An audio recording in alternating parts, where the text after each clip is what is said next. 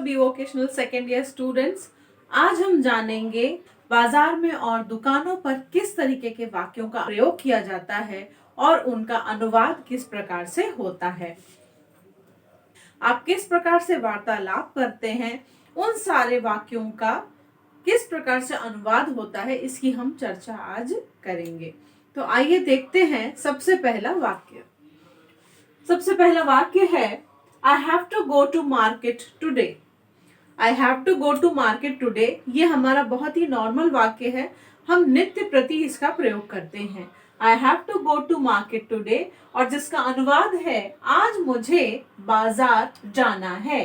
आज मुझे बाजार जाना है। ओके, उसके बाद है I have to make some urgent purchases. I have to make some urgent purchases. यानी कि मुझे कुछ जरूरी खरीदारी करनी है। ओके, मुझे कुछ जरूरी खरीदारी करनी है, क्योंकि हम रोज तो सामान खरीदते हैं, लेकिन कभी कभी होता है कि हम कुछ स्पेशल खरीदने जाते हैं, तो that is called special purchasing. Okay, तो मुझे कुछ जरूरी खरीदारी करनी है, कुछ अर्जेंट खरीदारी करनी है। नेक्स्ट है I have to encash my cheque. I have to encash my cheque. मुझे अपनी चेक भुनानी है।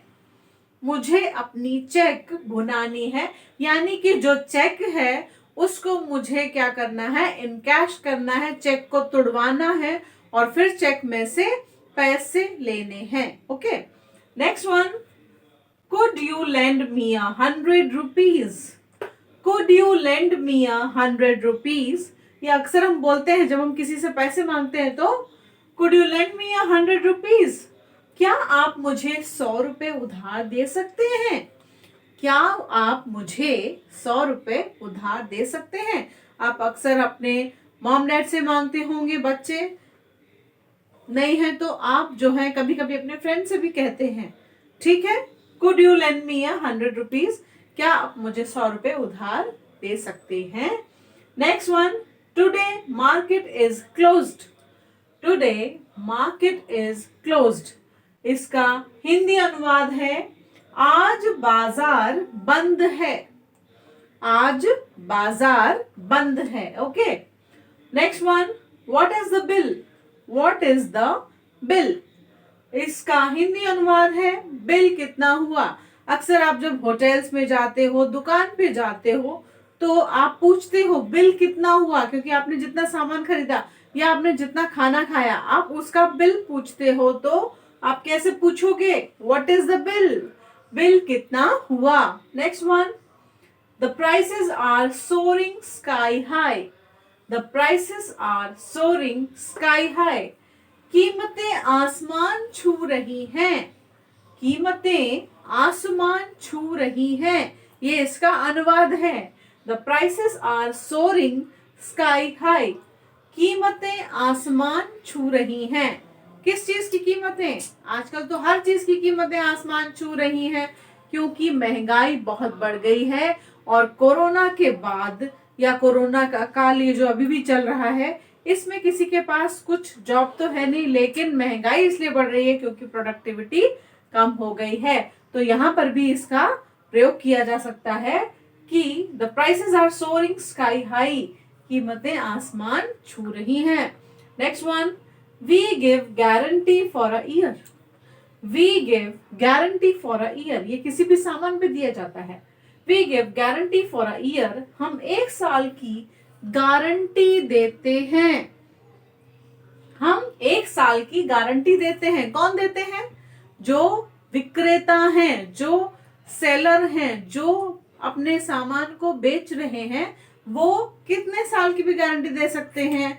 1 साल की, 2 साल की, प्रोडक्ट पे डिपेंड करता है। और आज के समय में कोई भी गारंटी नहीं देता है, सब वारंटी देते हैं। यानी कि आप उस प्रोडक्ट को उस उतने समय में आप उसको रिप्लेस करके ठीक करा सकते हो। आपको गारंटी नहीं दी जाती है कि आप जो है उसको बदल लो। रिप्लेस करना वैसा नहीं है, मतलब कि आप उसको ले जाएं और आपको वो ठीक करके दे दे। Okay, we give guarantee for a year. हम 1 साल की गारंटी देते हैं। Next one, this coin is base. This coin is base, यह सिक्का खोटा है, यानी कि वो सिक्का किसी काम का नहीं है, वह सिक्का खोटा है, या यह सिक्का जो मेरे पास है वह सिक्का खोटा है।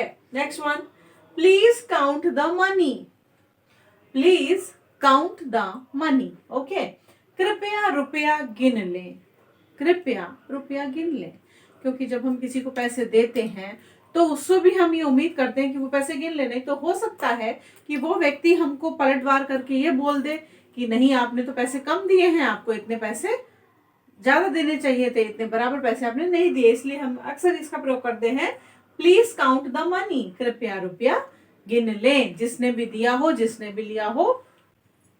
Okay, they should count the money. Okay, तो छात्रों ये थे कुछ वाक्य जो हम बाजार में या मार्केट में या दुकानों पे यूज करते हैं, इनका नित्य प्रतिरोज प्रयोग किया जाता है। ऐसे वाक्य आपके साथ आपके समक्ष हमेशा प्रयोग में लाए जाते हैं। तो याद रखें कि इन वाक्यों का अनुवाद इस प्रकार से होता है। ओके, नेक्स्ट क्लास में फिर से मिलेंगे एक नए टॉपिक के साथ। तब तक के लिए थैंक यू।